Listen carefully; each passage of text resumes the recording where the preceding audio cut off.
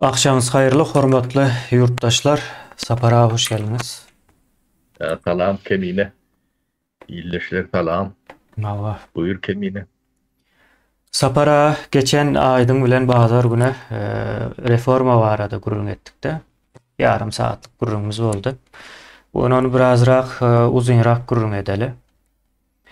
E, Şu reformanın ehmiyetini bize düşündürün ya da şu reforma bolmandığı için şu ýagdaýa düşündüğümüzü düşündürün mümkin olsa. Şeylere bir ýagdaý men ýanky geçen aýdyňa soramdan başlaýaly sapara şeydi. Sor. Kemine. 1992-nji ýylda Türkmenistanda näme üçin syýasy we ykdysady reformalar geçirilmedi diýip soradym. Ýa yeterlimi dälmi bilemok ýöne ykdysady reformany iki yarım ýyl töwerege alyp bardyňyz Türkmenistanda ýöne ykdysady reforma ýa-da syýasatyň ýanynda ýetersiz galdy ýa-da bir kommunizm howasyndan çykan jemgyýet üçin gerekli görülmedi. Toprak berjek bolduk, zor bilen berjek bolduk, buğut verdik diýip gurrun erdimizde. Men şu taýlardan çykarýan bunu. Şeylerek bugün aslında köprek o siyasi reformanın gurrun edeli, soň ykdysady reformada şoň bilen bilelikde çykar diýip pikir edýän sapara o sözü size berýän.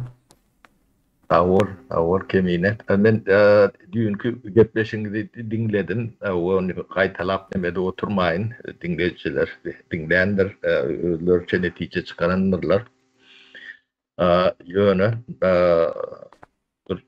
soňundan geljek netijemiziň mazmuny ýöňünden aýdaly. Soňum onu düşündirmäle çalışady. Ya şu wagt 2023-nji ýylyň sentyabr aýy. Ýene de bir 10 ýyldan, indi şu wagt men 71 ýaşymda da ýene 10 ýyldan men 81 ýaşan bilemok. O wagt boljak ne Kemine. Ýene Türkmenistan barada gurrun etse, biz nämeden başlamaly? Türkmenistan näde düzeltmeli diýilen soragy orta goýsa, o şo wada çen Türkmenistan galsa, şu reform edilmese Türkmenistan Ya ýitip düzeler ya yok bolar diýäňizde. o ne sonra da ýene de ýa-ki başlanjak zat şol 91-nji ýyllarky reformalara dönüp gelmeli bolýar. O şondan başlamadan başka neme yok. Yani 20 ýyldan Keminen oğulları, emelleri ya da deňduşlary bunu düzeltjek Türkmenistan ýagdaýyny niplemeden sonra da yani 50-60 ýyldan soň ýene de başlajak ýeriň şo taýy. Şol 90-njy ýyllarky iqtisady reforma, soňra siyasi reforma. Bu zatlar hökmandyr. Hökmanlygyny sebäbini aýdaýyn. Korrupsiýa var Türkmenistanda. Şeýle. No. Postavet demelen hemme jetinde de var. Ýöne korrupsiýa bir döwleti düýünden ýykanok. Elbet ýagdaýlara getirýär, kynçylyga getirýär, garyplyga getirýär, krizislere getirýär. Ýöne büyüklük yok etmäge güýji ýetenokda, yetersiz galýar.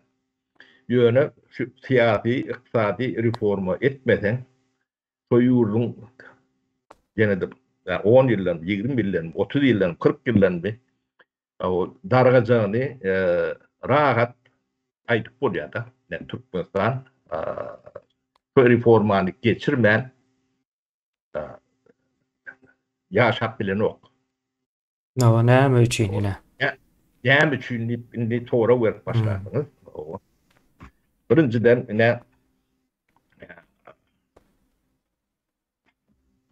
daş tögörüňde seyredip görüň.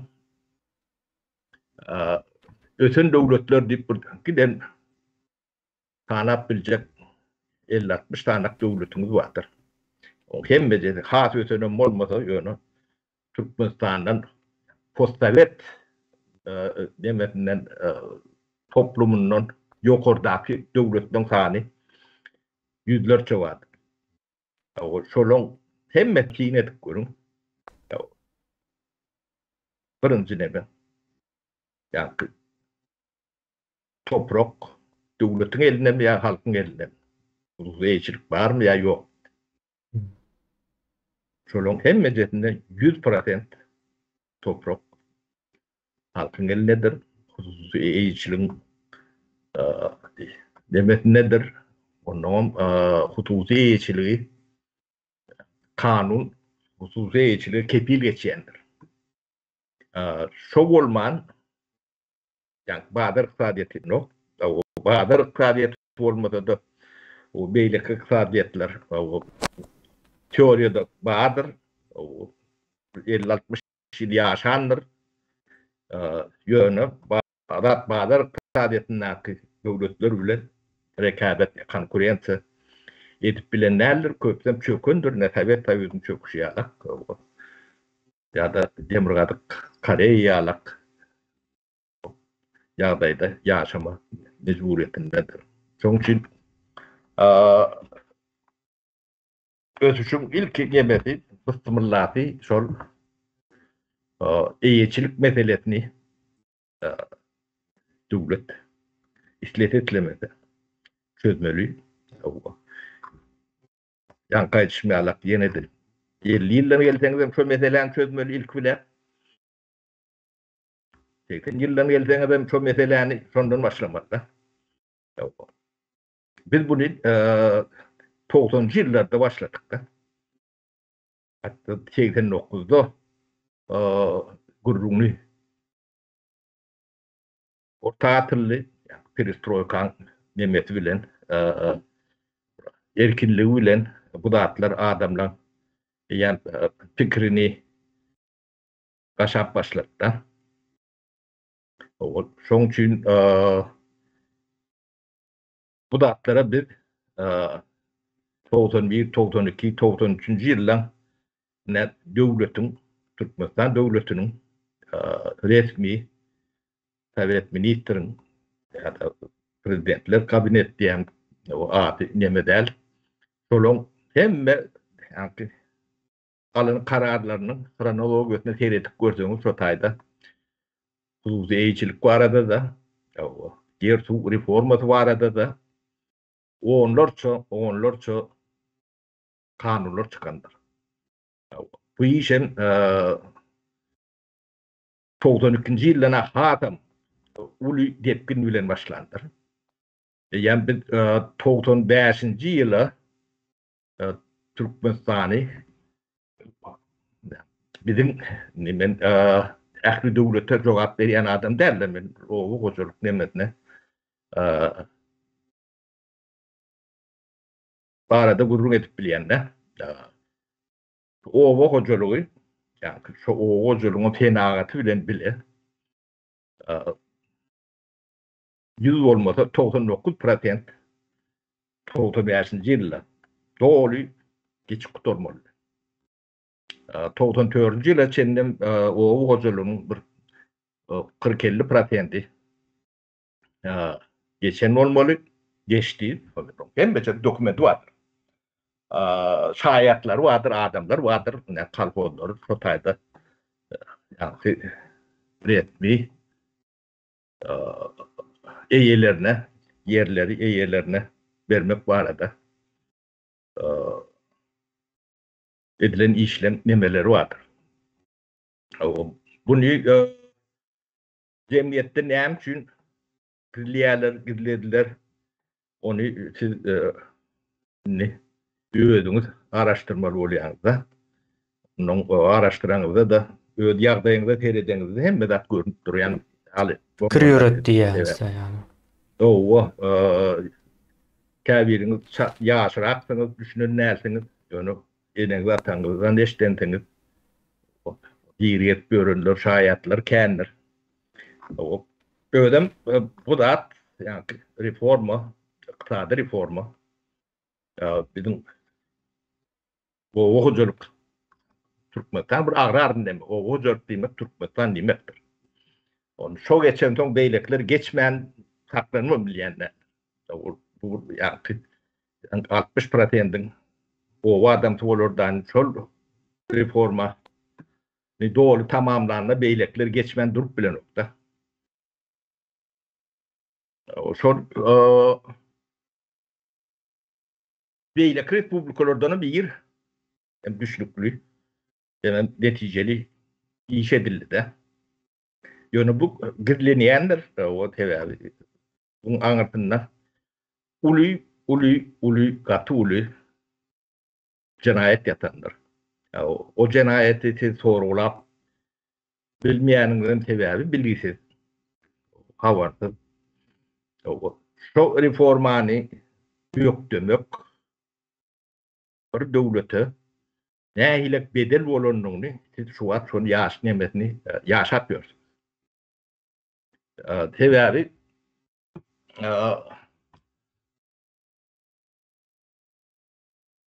iqtisadiyet olmasa yaşayışın kovu olmayacağını bilmeyen adam yok. O iqtisadiyetin çarkının dönmesi için onun bir altında altyapısı olmalı. O iyiçilik. Onun in etaat nemeti iyiçiliktir. O kapitalizm nirak baranlığını hem kişi biliyor, o baran yeri orp bolonson o dargadı. Başka nemet için dargamadı. Adat erkin bağlar bilen konkurir edip bilmeyen dargadı. Amerika'da var yenmedi, Germanya'da üstüne çok almadı ya da NATO'da bir üç küçük bir zat yetmedi. O iqtisadiyeti götürmedi. Yani dolanmadı. Çöktü. Sonuçunu dargadı. Şimdi Türkmenistan'a şu vat veredim. O hayti sisteminde işleyen Türkmenistan. Çünkü planlı sistemi. Bir vakit yok olup gitti. 91. yılda. Bu utan zamanlarda ben kayıtlayanlar 91. yılda o planlı devlet ağırlığındaki sistemi gitti. Tarihe karşı gitti. Yani Türkmenistan'la teyde bir daha da bölünmedi. Yani bazı iqtisadiyeti var mı Türkmenistan? Kesin. Yok. Ee, Nädip bolsun? Paxtany halka ekdirýän bolsalar, ek diýip ekdirýän bolsalar, buğdaya ine şunu ekmelsen diýip ekdirýän bolsalar, nädip bazar iqtisadiýet bolup? Doğru yok diysen bu da bir doğru olmadığı mümkün. 1%, yarım %, taylanan yani şolun ruhsat berýän meçhur katlarına bir bölük halk ticaret bilen meşgul olup yok. Olam nähiliýän aýna. O Nähiliýän.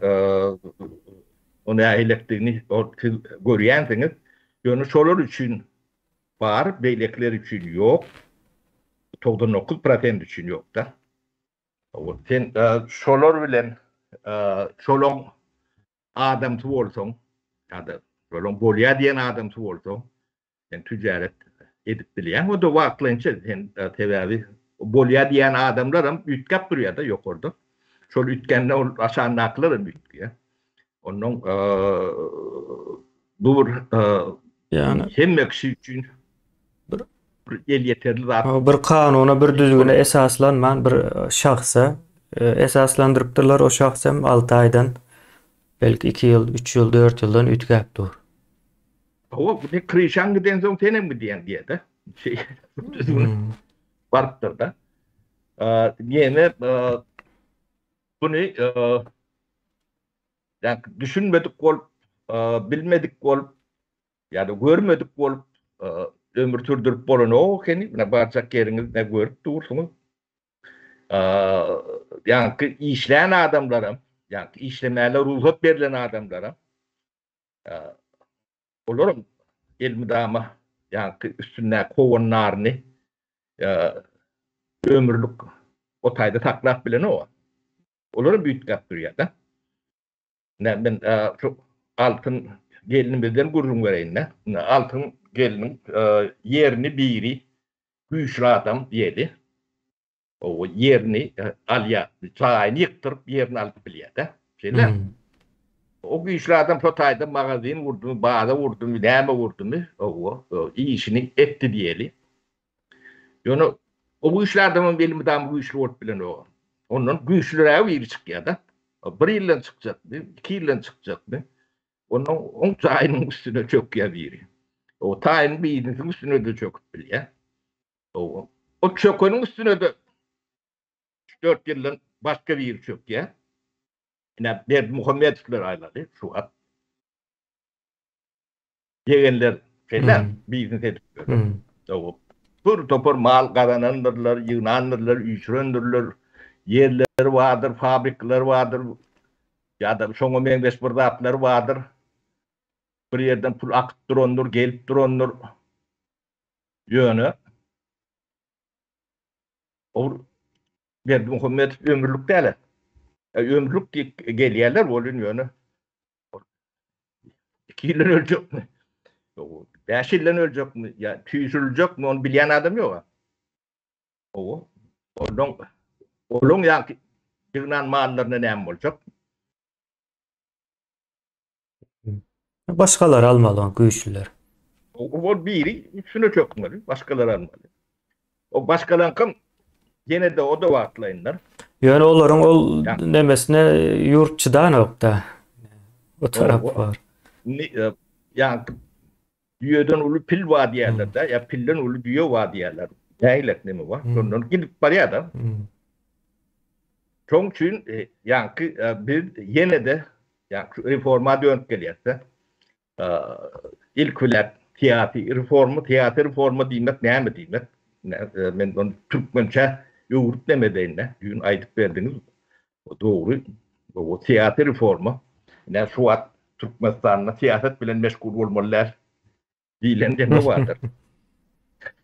Ne siyaset bilen meşgul bolmaly diýilene getirmeli diýäňizmi?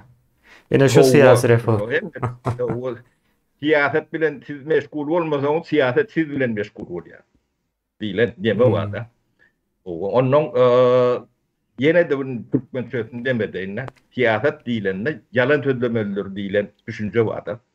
Onun ýamçyk gadagan siyaset Türkmenistanda o hemmäňi yalan sözlemeler, bir adam sözlemeler de. Şoraýalak. Dönüp siyaset düýünden yalan bolmadylygy üçin siýasy reform etmeliler.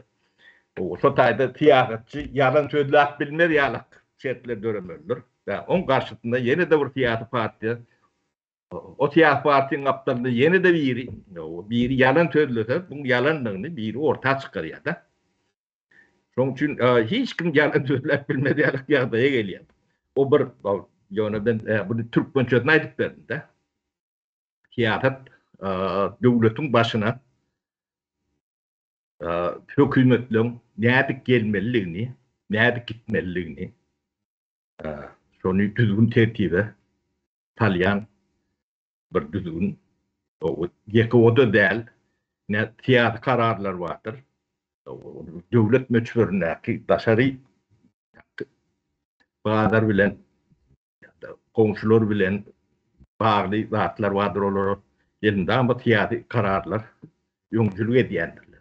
Halkın nemedini genel gelýärde stratejik nemelerini belleýän nemedýän nemeler teatry guruluşlar karar alýandyrlar. Şolun nemesi boýunça ýörýändir. Şoň üçin teatr reformu edilmän siyasi irada diýilýär de. Çok karar vermän iqtisadi reformany etip bolanokda. Etseňem siyasi neme üstüni ýapýan Türkmenistanda. Biz iqtisadi reformany etmeliligini Sovet Soýuzynyň içinde iň ilki düşünen adamlardan biri Türkmenistan şu. Bunun bilen siz gardyt etmeli. Won bolup nemetmeli bolup ýöne tersine şu Türkmenistany dünýede matkaralar görülen demen birine döndü de Türkmenistan. Yani, bir yerde bir samsyk dokument döwlet bar bolsa Türkmenistan gurku diýerler de. Kurban olayın Hani diýerler. hatta da gurku edenlerine Türkmen mi diýerler de. Soýada ýöne Türkmenler beýle däl. 91-nji ýylyň 92-nji ýylyň gurulmada dotýar. Şo wagt şunu edilmese Türkmenistan ýaşap bilen ok diýilen netije gelen adamlaryň içinde adam men. Hakykatdan şeýledi Türkmenistan şo ykdysady reformany düýpli geçirmese Türkmenistan özüm kıyıtka vaxtda 4 ýylyň içinde ankaplar geçmese Türkmenistan çarkyny döndürüp bilen ok. Yani nevtin bildiğinin gazyň gerçekten bolsun demeti ýokdur. Yani çark dogry işlemese diňe betbaçylyk etýändir. Onu geldi.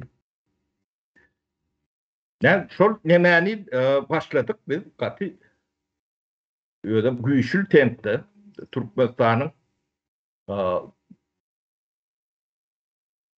3 ýyl yani material teknik badatny döredildi. O yani reforma nädik geçirilmeliliginiň metodologiýasy işlenip düzüldi. Uzatlan hem de jeň kitabyny çenli bada. Bu giden bir bilgi tarihi nemedir? Önemli datlardır. Sen ol yani ruhnamaňdan mümtanlarından tipinden. Müň bolsa da ýetgän ok da sapara ruhnamaň kiýle.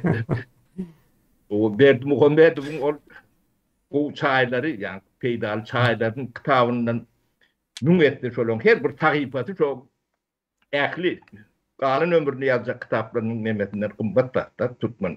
Ýurda baran wagty sorars kitaby nädip ýazýaň diýip. Onu görürsiz kitap ýazyp bilen okma. O şo kitaplar bady okan adamlara madyr. Bilen adamlara madyr. Ýöne sen Türkmeni togat geň alýan, däm üçindir şonu halkyň demetine ýeter ýalak edip bilen oklar. Dere Türkmenistana çykyp gaýdamda bir kostyum bilen çykyp gaýtdym da. Bu Türk görün demeder, kitap bu Türk bolanyp.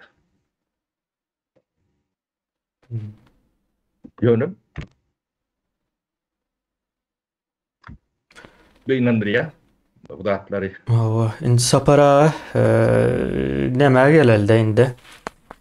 Agyrlykly nämäni gurrun etdiňiz? Siyasi reforma näme bolar? Indi näme üçin geçirilmedi meselesi bar da bu taýda. Menem köprak özüm aýratyn üstünde işleýän tarapym bolan soň azrak gurrun bereň sapara. Indi bir ýurdun siyasi öz ıhtiýarlygy özünde bolsa şu erkin bir ýurt bolýardy. Ösýän, ösçek ýurt bolýar. Türkmenistan ösýän däldir. Türkmenistanyň bir ýerine bina gurup mermer edip ýa-ni üns sowmak üçin bütün dünýäniň ünsüne halkyň ünsüni sowmak üçin edilen bir kısan nebe var. Ýöne biz näçe görkezdik de Türkmenistanda ýol ýok, kanalizasiýa ýok, arassaçylyk ýok, adam şekilli öý ýok, adamlaryň ýaşaýany. Şu wagta çeli owalaryň köp ýerinde gaz ýok, gazam özüň çekdirýän, goňşular bolup turup alýan, gaz çekdirýän. Soň üstüne gelip näme ýazýarlar-da. Näme diýerler onu? Uçoçuk getirip ýa-da uçoçuk bolmasa da näçe okudyň bar öýümde. Diýip ýa-ni gaz nämeden pul aljak bolýarlar. Ol demesine girmäli. Umuman hiçbir zat yok adamların adaty ýaşaýan yerlerinde. Bir şahsy kärhana gurmana mümkinçilik yok.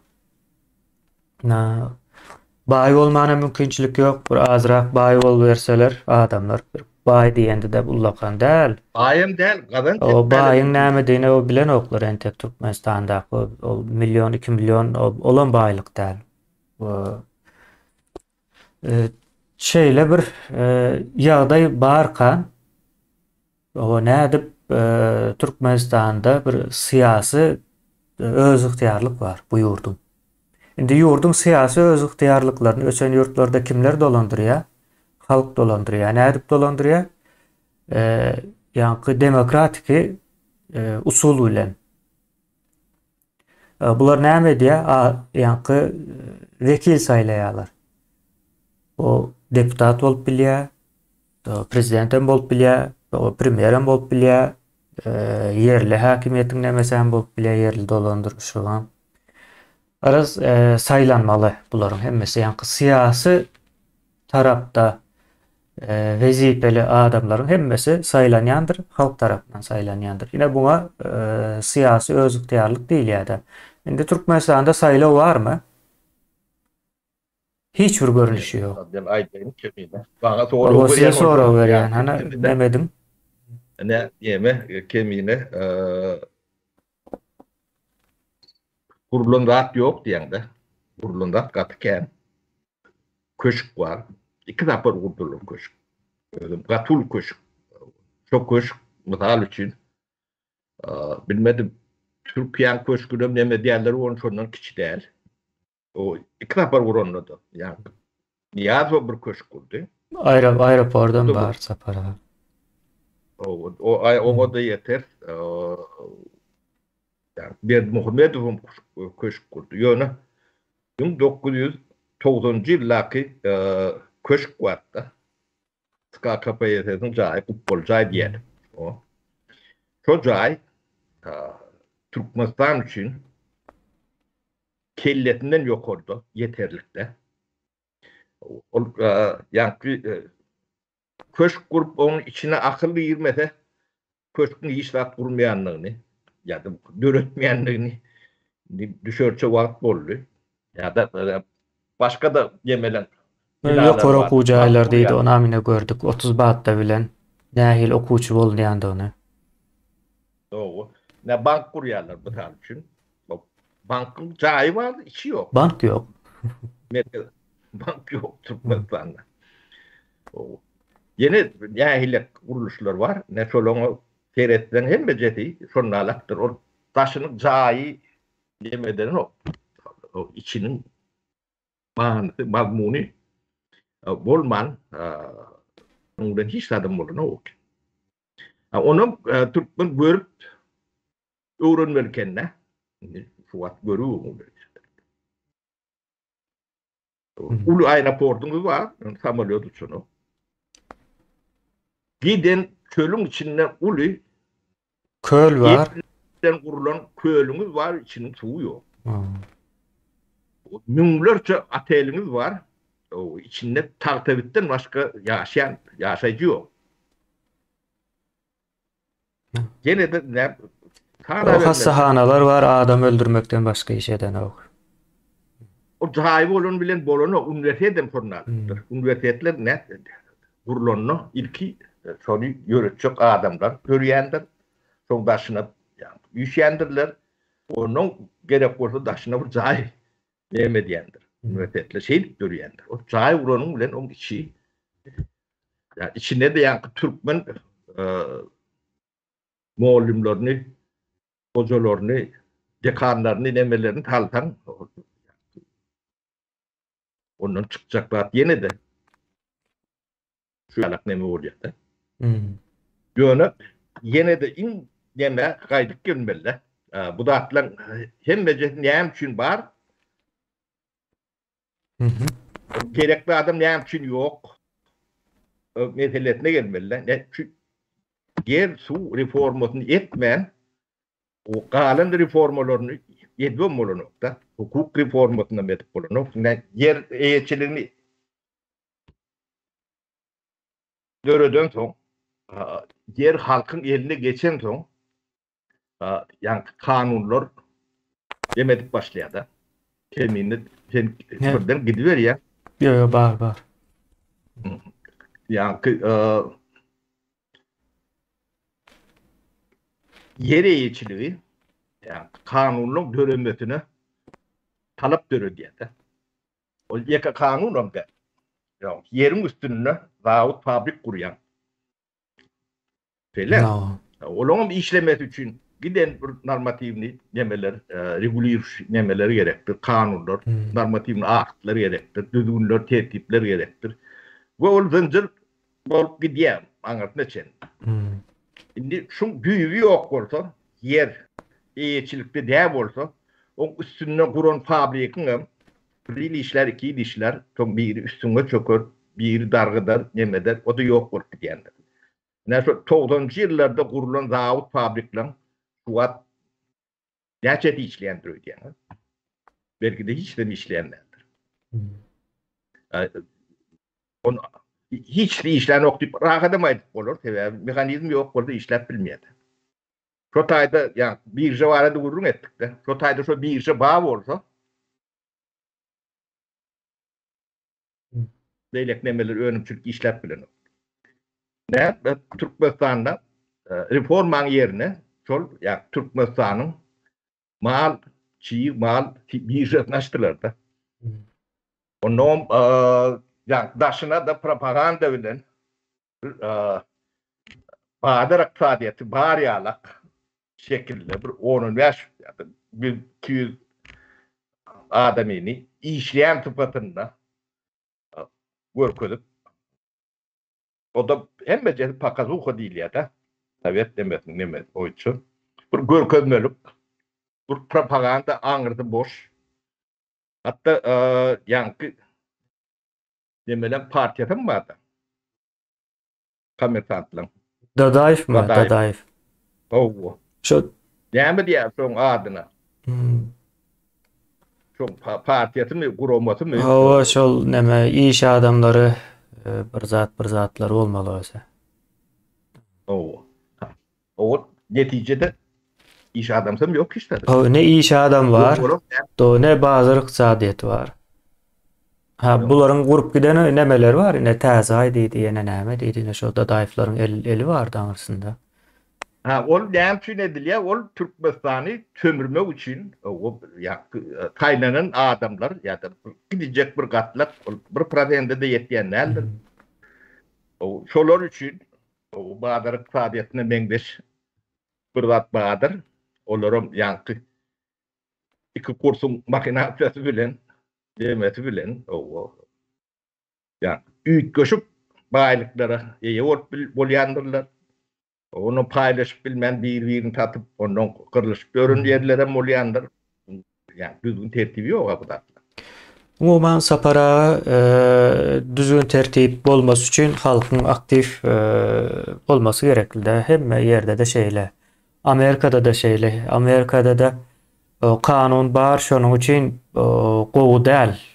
Halk elmi daha aktif işçi bu meselede. Yine şu yankı siyasi näme gelel ýene de sapara gaýdyp. Yine şu siyasi kararlara gatnaşmasa ýa-da halk bermeýän bolsa, yine Türkmenistan bolmaly. Indi men bunu nereye getirjek boldum sapara? Yine Türkmenistanda o halk siyasi o kararı berip bilenok. Saýlaw ýok, hiç bir zat ýok. Halk sowatsyz hem garyp. Bu kimin peýdasyna hyzmat edipler bu ýagdaý? Bir imperiýanyň, daşky bir güýjüň peýdasyna hyzmat edip bilýär. Olam açyk bilinýär. Nemelerden bäri Gazabat bilen Göktepe söwüşlerinden bäri Ors şu taýlary ele geçirenden soň ganly şekilde özem. Şondan bäri ne toprak var, ne de bu ýerde ýanky saýlaw ýene näme hiç bir zadan bolup bilmedi. Hiç bir zat ýok. Biz ýanky 142-143 ýyldan bäri nemäniň baknasy Rus imperiýasynyň, raşizmiň baknasy. Ine şonuň üçin ýok, ine biz siyasi reformanyň bizim yurdumuzda geçmeýänliginiň hem sebäbi şuldur, ýeketäk sebäbidir. Başga sebäbi ýokdur. Ýekece bir sebäbi bardyr. Ýene olam Rus imperiýasy, ýani bizim syýasy öz ygtyýarlygymyz Orsun elinde. Aynen, aynen o paylaşan fikrin bilen ben pikir yeme gen zatlar var. Bunu aytmasam bir tütlük yeme kemine. Türkmenistan'da halk üçün siyaset yok diye de Hı? kadagan diye. Sovyet Soyuzu'na 80'e değil yetti. O şeyleneme var. Seks yok diyorlar. Yonu sağa oluyor. Bilmesi yok. Hı. O seks yok. O yönü yani granistanı açtılar. O yönü dünya yönü Natasha'dan ne oldu? Türkiye çelli. Türkiye'den Natasha nemesin. Yaka Türkiye'de değil. Dünya en beyerik neme oldu. O 80'e tutuyor. Türkmenistan'da da siyaset yok diye. Onu siyaset bolun o. Yani öz ygtyýarlyk bizim elimizde däldi. O barlygyna bar. Öz ygtyýar. Yönüp şu adamını düşünýän adamlarım ýok edipdirler ya da susturupdyrlar ya da başga da edipdirler, gaçyrypdyrlar, göçürüpdyrlar. Yönüp bizim döwrümizde bu zatlara düşünýän bir gatlak bar. Ýok bolsa da ödem akylly gatlak. Biz şu döwrüm emmetine dolanyp gelsek, bir gün görkezersiň, şu wagtda Putin var, Putin. Şoň ýökerleri bilen o 90-njy ýyllardaky filmleri bardyr. Finlandiýada gezmäle gidenlerini alypdyrlar, şu wagt görkezýärler. Tak demek illeşleri görkez. Şolok uruwyny 90-njy ýyllardaky Putiniň demek. Men Putini gördüm diýene. Şolardan kän ýanynda durumuzda da o tapawdymyz görünüp duran halladyk. Şonu Türkmen bu wagt inanyp bilmez. Bolýan ýöne şeyler 90-njy ýyllaryň demesinde. Şoň üçin Türkmenistan beýleki demelerden has ýer reform işine has ýer başlandyr. Özüm büyük bir başlandy. Ýöne bunu näme üçin duzdurdular diýilen sonra orta çykýar. O kim o näme üçin bu şol adamlardan näme üçin hiç zat toğrulany. Şol adamlaryň hiç zat jogap beren. On bedeli ne şowat bu Türkmenistanyň müňlerçe maşgalatynyň tozmagyna, dargamagyna o sefil, geday, bir bomjalyk ýaşap görmesine getiren zadyň büyüğü şol. Şol reformany şo wagt saklamadyk bolsalar Türkmenistan bu wagt Singapur bilen ýaşap görün döwlet bolmaly. Belki de ondan has demek sebäbi resurslarymyz olardan has neme känem güýçli. Bu zatlara biz düşünüp edýärdik. Şuňa aklymyz bardy, bilgimiz bardy, tejribemiz bardy. O bizim dünýä garaýşymyz şu zatlary reformalaryň näde geçirmeliligini bilip, bejerip, bilýän ekibimiz bardy diýip aýdaýyn. Bunu näme üçin ýok etdiler? Bu hatawyny kim bermeli, kimden soranmaly? Biz şu zatlaryň gurrun etmeli. Näme üçin edem ýok? Şuna çenli bizden soň Türkmenistanda yer su reformasyny etmeli, ya siýasy reformasyny etmeli diýen adamlar kän görünärsiňiz eşdenem derler. Ýöne sizin ilki soranmaly demäňiz şodur. Bu näme şoň öňüne döwlet bolmak bir döwleti ýüzünden ýok edip bilme derejesine ýetirýändiginiň demesine şu wagt görüp görürsüňiz da. Ýöň şu wagtla diýsek her kim enetiniň içinde öwrenenokmy? Ya o ten edenin bulur eder diýilýär-de. Ten bolmasaň tenem jan. Yine näme? Edin dip boldum, kıra çekliýär-de. Kıra iterýärler seni. O ne? Şuat. Görüm ýagdaýyňy. Dünýä ýerde, sizin ýerde. O bir ýöne şuny size düşünme ýala etmek üçin gaty uly iş geçirip ýörler. Şu adam geçirip ýörler-de. Şu propaganda diýilen zat. Ya şu aýdym taýlar. Sizin o gaun bayramınız, at bayramınız, it bayramınız. Hemme jedin sebäbi şu zatlardan sizi başka nemede saklamak üçin edilýär. O demede sahnada bir topur targaç sürdüler-de. Ömrünü 2 kitap okumadık. Hiç bu zatlardan düşüncesi, nemesi bolmadık. Demek bile ondan korrupsiya olman, oğurluk olman, başka näme bolsun? Bu zatlar düýbünde şu zatlar ýatyr. Siz şu zady yani reforman etmän korrupsiya bilen görüşýärler-de. O korrupsiýa gaýnagy, sebäbi yani 1%, yarım prosent adam üçün ýaşyl ışık, yani tüccaret etmek, pul kazanmak mümkinçiligini töretmän nemesinden gelýär. O hemdekçe deňlik bolmasa, o deňlige şu eýeçilige geçilen soň hususy eýeçilige, şahsy eýeçilige, yer, su, mal, mülk hem de şahsy eýeçilige geçmän deň tüccaret edip bilmeýär. Mümkinem däl. O korrupsiýa şu taýdan başlaýar. O ýognanjak bolsaň ýene de ýa iqtisady reforma bolup gelmeli. Şol iqtisady reformany etmän, o iqtisady reformany siýasy reforma etmän et bolýan däldir. Onu ýolda saklap bilýärler-de. Şoňa siýasatyň güýji ýetýändir. Sebäbi döwlet demeli hökümet ýöredýän nemeler, siýasy nemeler kararat ýöredýär. Ne bu zatlaryň hemme jeri biri bilen bagly nemeler o.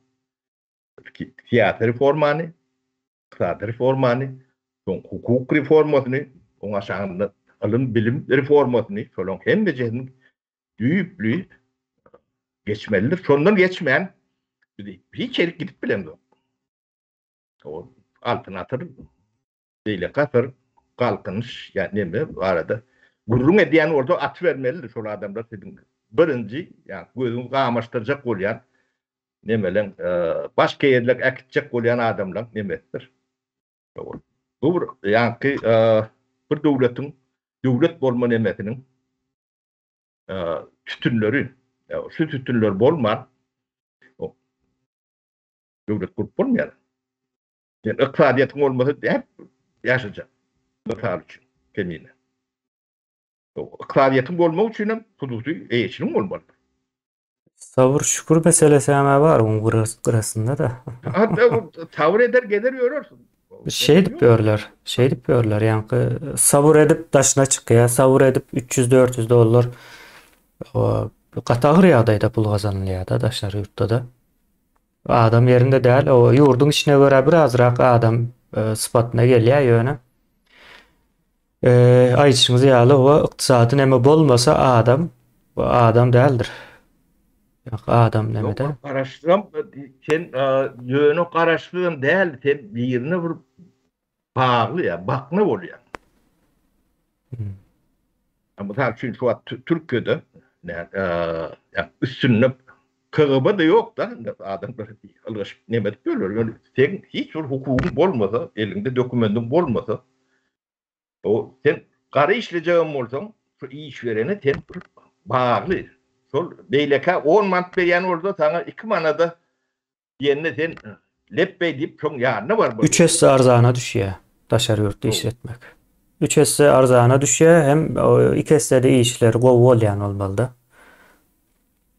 Evet, sen saadetin olmasa garaşy bolýar. Ýönüm öne garaşlap der. Bak ne oluyor? O bu yağdaya bizi ne edip getirdiler? E, ya, bugün tarihim geçmedi. 30 yıl tarihimiz var. Çoruyor uğranın. Hem merak görünüp durandır.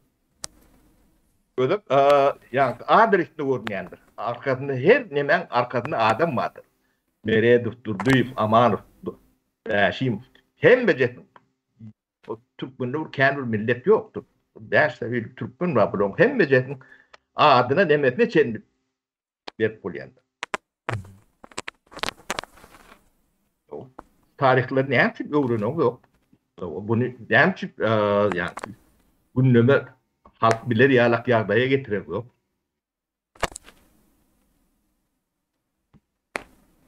Yani biz devam ettiğim gene de Çotak İzmir'de dönüp geliyor.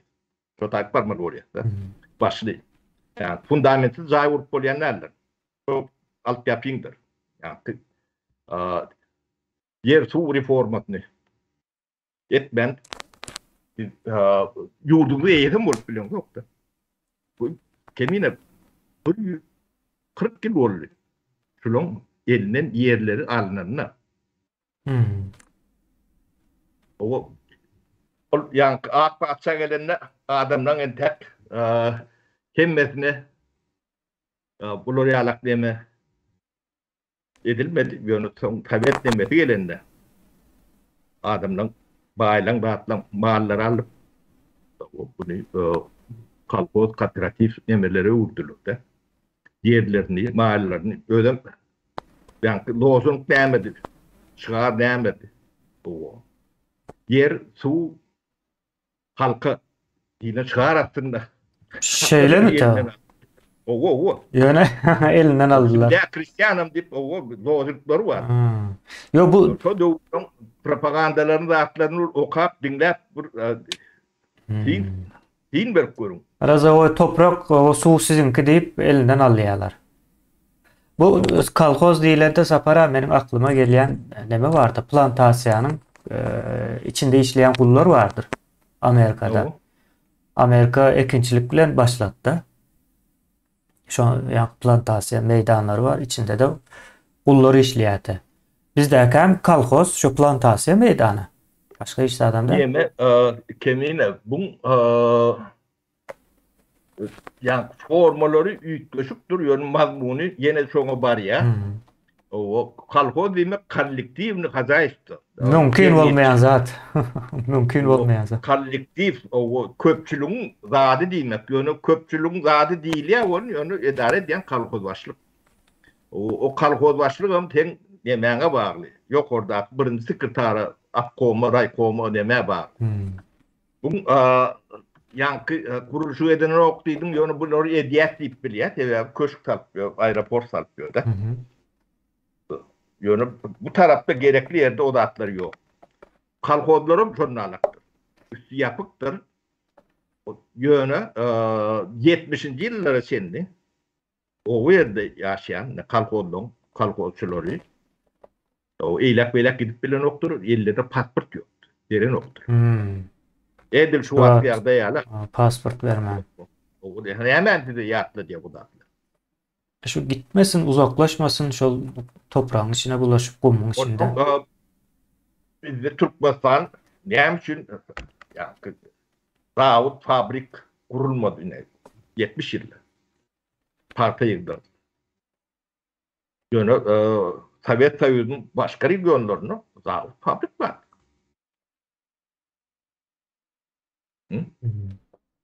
Seni östürecek bu partidir yani. O ağaltın propagandasını yettiriyorlar elbette. Onu bir yani bilmedim. Yemeden yerler diysen derden ayyan. Hem de şu ağaltın. Ağdaydı bu türda. Ağaltın olanı bizim ehli adımı şu parta vardı hatta şeyle etmemediler de. Yöne bu yine de bir genlemesi partan nemediğine de o rehbetine düşünüyor senin o iqtisadiyetin nemediğinde kendi düşünüm yoktu. O bir düşünýär. Bir içinde bu zatlaryň emmetinde bolan çok düşünýärdi. Tabiat emeti yani parta ýeňi regionlary parta ýygmasyny stimuly eder ýalak, gyzyklandyrar ýalak. Sondan geçimni rahat geçirip biler ýalak türedip bir ýa ortaça bir näme dörü diýerler. Ýöne o taýdan akademik çykmajary olaram bilýär. Olar akademik gerekken ýöne günni görýän daýhan gerek. O daýhana bölüp bilen ok. Ýöne şonu günni görür ýalak etmek üçin yani dünýä wadatyna partaň ýa süýüniň tonnasy o $1000 bolsa orsun berýäni 7-8 ýüpek partalary $9000 çenli dolara çenli paritetde o wagtlar kurslar ütgeşikde. Şol ýalak näme bardy? Yani içki wadaryň şertleri boýunça şert dörüdýär.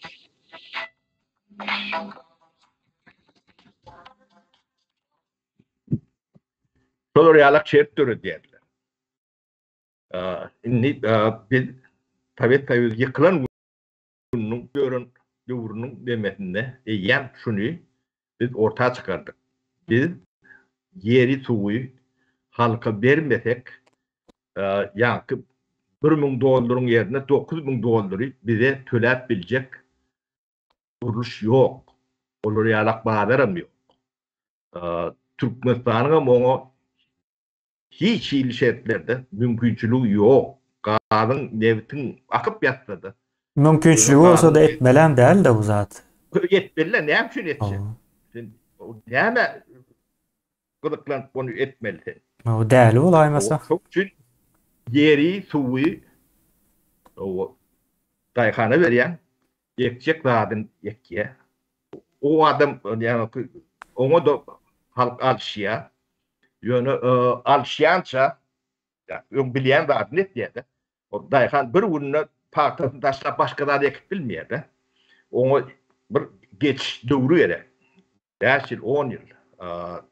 Başga zat öwrenýänçe bazaryny zatyn döredýänçe öz altyapysyny demedýänçe bilgi demeti birikýänçe o bazar nemetine geçmek üçin pur topur ýoň nemeleri gerek.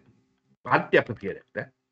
Bolmasa teni ýa ýürüp bilmeýän birini deňiň içine elinden tutan ýalak bolýar. Şoň üçin şo prosesler üçin giden o metodologiýa işler geçirilendi. Nädip geçmeli? Nädip etaply geçilýär? Nädip bolýar bu? Soň näýlik bolýar? Bular ýa geçen döwründe bir 3 ýyllyk şu daýhan hiç zat tehnika pul bermänler. Soňa 3 ýyl ýeter ýalak tehnika alyp berdik Türkmenistanda. O gatul lokan zatlar. O zatlary bilinen soň edilýändir. Onu bilmän edem zor. Yani geçiş döwrüň näýle kynçylyklary getirjekdigini, o daýhanyň näýle sıkıntılar çekjekdigini ýöňüp görýär. Hasaplap bolýan zatlar bu da. Şolaryň hemmejesiniň nemeti görülýär. Ne bu numlarca şaýat bardyr. O siýasat bilen meşgullar, meşgul bolmalar lilýän demeleriň nemeti ýatlaryny şu zatlar barada gurrun etmeler lilli bolýar da. Bir ýarmy gurrun eder ýuwaş bu zatlary. Hemmece bir ýaşalan zatda. Ne şu zatlary näme üçin takladylar? Kimin peýdasyna, kim batyş görkezipdir? Kimin eli var, kimin golu var? Bu näme artynda kimin gulawy görnýär diýilen soraglaw demeler tapmalysyňyz. Bizim illüstrasiýa diýen demelerimiz gapdaryny näşe zatlara birýändir. Onuň halky şu zatlardan, şu düşünjelerden uzakda tutmak üçin edilen propagandalar bardyr. O da gaty kändir. O şular üçin dowam edýändir. Dolarap näti ýuwaş tejerip başlarsyn. Yani ekranları, taknaları, bolgutsuz nemeleri bile näme üçin doldurulýandygyny çılkatı demelen ortaya çıkanlığını onun şuunu çendi devam ettirelim de. Şunun çarelerine çendi. Hem becerinin büyük tevavi sizi büyük meseleden siz yerin suğun geyesi bolmolluğunuzun uzakta taklama için edilen batlar. Hem becer. Şey düşünenler. Demesinden nemleniyen Türkmen kâendir. Kâen olanlar ben Türkmen'in bir prezent, yarım prezent demeleri vardır. Olamam. Hem de cehmin adi nemeli bellidir. Ötlerin alt başından görünüp durundur. Yöne çok büyük mesele varmasanız yolunuzda hiç tat yok, görünün yok. Kıynaşları yok korku diye. Oklayarım şu taydır. Şu neme nece çalt döntünüz sonuçta da siz yenilemeden demedersiniz. Şu adam yitirilen vakit 30 yıl vakit yitirdiniz de. 30 yılla siz 100 yıl belki de ondan ömken iyi de gittiniz. Yani reform olan vaktinde geçirmeliğin bedeli yani oğurlu edenlerin yemetinden katı ağır olayandır. Katı. Atırları dünyandır iyi de. Yani Fuat Türkmen yağdayı şeylerek yine suratları 30 yıl bundan önkü aklım bilen aydı otuyorlar. Sol akıl şu atlar. Badi men onun içinde in akıllısam değerlim, in edenlesem değerlim, in bilgilisem değerlim de. Yani solun içinde bir yöne bir aktif bir generator var. Bir inisiyatif bildirip yönlüm bir yeri. Yani sol akıllı ne hem için yok ettin. Doğru taklar. O bir cemiyete geleceğini döredip bilecek akıl. Kolektif akıl. Buradan ikademi kımdı. Bu atlar bilmeyenler iyilen deme yok. Ne bilen adamlar vardı. Soları ne hem için yok ettik. Şunu çenden solun bir yerin hem ağaç tutulu nokta. Ettiğinden bolluğum diye noktada. Siz böyle nankörlük etseniz o adamlar ortada çıkmıyor. Hep bizim problemlerimiz katı büyük bilir.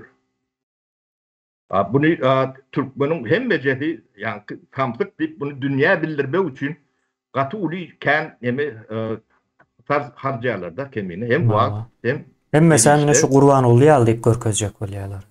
O. İnan. O sapara olaram görkezip duruversin.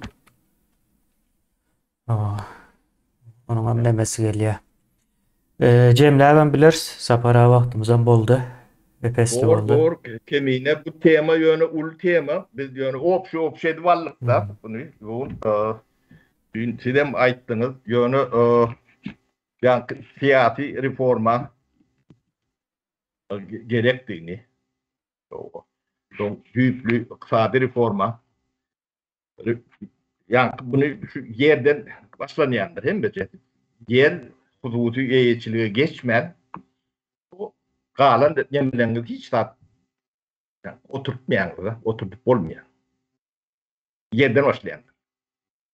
Onu misal getirdiğinden ötün devletliğin hayfi birini seyredersin yer huzusi eğitçiliktedir.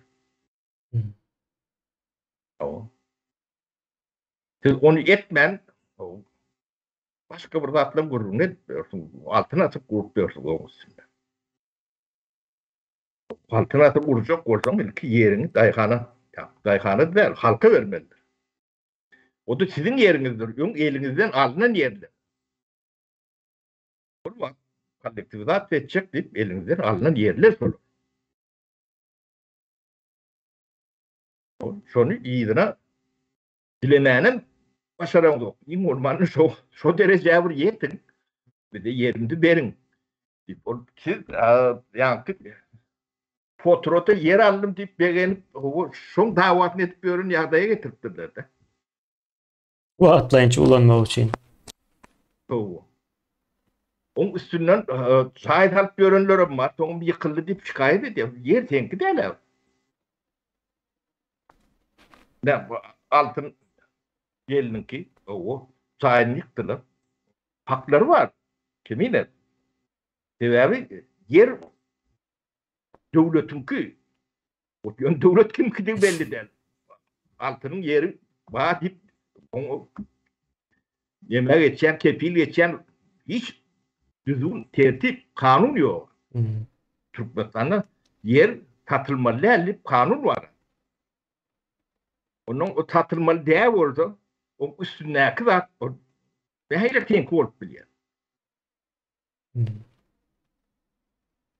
O devlet yani devletin bir adammışsın. O adamım Putin'in adamısın. O onun gerek var ya. O sonuna gitmeyene gerek yok. Putin'in adam olsa ya oldu da şatayda. Dokudu oy vermeli. Yani şu reformalar o dedim o etin maskalı için gerekti.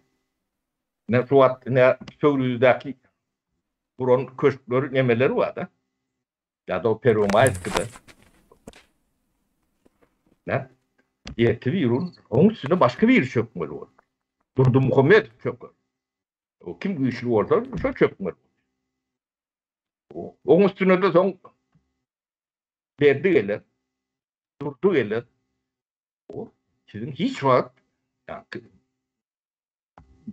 yemeden kuşaktan kuşağı geçip görün miratını bolmuyor. Ben şu komşum var diye düşkü. Yani şulom demeti sahimin yerinin tarihi 250 yıla gidiyor. 250 yıl. Hep yurt iyiler şulo. Olmasa Şvedya şehirleri Türkmenistan'dan hata. 9 ay kış. Yol yok. Dine tokoy gözüne getirip koyun. Olovadan olova gidip kıyır. Torap olan o kendine. Ölünür. Ayak getiren yerden ölün yana kendine. Günler yıllar. Tokoy'un içinde geçiriyalaklar. Tokoy'un gelmediğini Türkmen bilmeyen olma mümkün çöllük hep görüntü. Tokoy'un içinden yani aklım geçip bulunu. O diyidine çenden bağır olayan orada.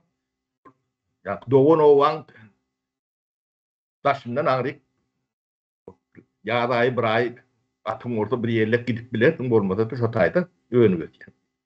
Yani sonun alak şehitlerden ehlek devleti getirdiler. Yani eğiçiliğin emeti şu. Türkmen'de yani bir uşakta 3-4 sapar bitkiydi. Yani burada talsana elinden alıyorlar. Yani ta fabrik talpıyorun sonunun kazanç sistem etmiyorun Türkmen'i hep görüp müydünüz? Ya da gaz çıkarıp verene.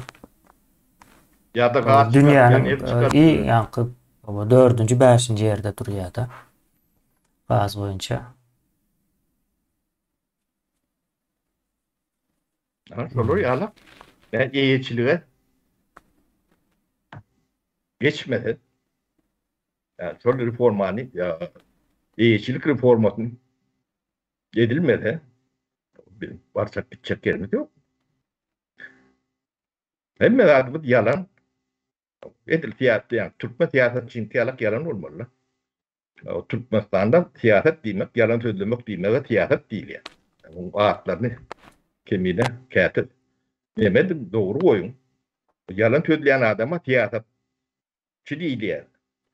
Değil. O ben ne kalan demiş ol. Ben ne bir siyasetçi değil. Yalancı diyen yalan sinonim demeni veriyen. Şeylere o siyaset sözünün demesem doğru değil barur. O söz yankı bu meselede ulanmalı sözüm değil de. Yani koyun mu bakıyaz biz? Koyun bakmak da siyaset demek. Şöyle. Bizim ya üns vermeli emelerimiz katıken kemiğine.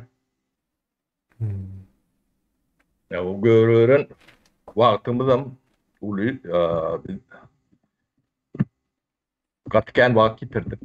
O şu vaktin içinde de adam yitirdik. O anlamda. Degerli tanlanmadı. Her tüytlük neme bilen demettik o yerine de ne şun kadamları yetiştirdik de. Şolong öwedine sizin türmelerde çüyreden adamların yerine yetiştiren adamların şu wagt görüp gören adamlar.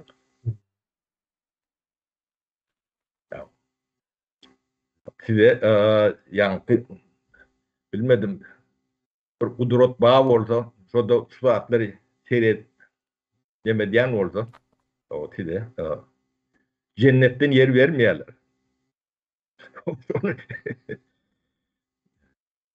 Katı kän adam da ayettiler. Yani şu dairelerinin bilmedim düşünyen bağı mı yok mu? Yani bunu daireler diyenler düşünüyor. Türkmen katı uğrantırlar kemine. Ehli huy hayatiyetlerini katı işten bilen ekenler de. Böyle diğer öğülerine işledip bilen ekenler.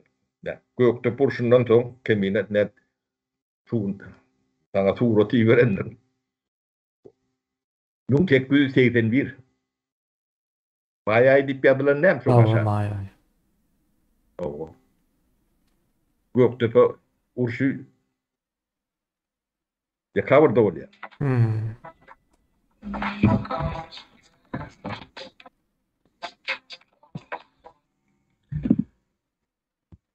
Ne 81. yılda Sankt Peterburg'da dıkba terdar yine de urşun terdarlar o yine ya pavon yelmettirler döşüne ortun akıttırlar ne patsa bilir ne o kapulu o koloryalar da bir yıl mesela solarum son o akşam ne dipken ulandılar sonra çelli yani bu boyun olmadık Türkmenim çöletin de çöletingen demeler suuna seni horlar demet böyler olur kellelerini demet bilen olur denem de çöletingenden birlerini perdendi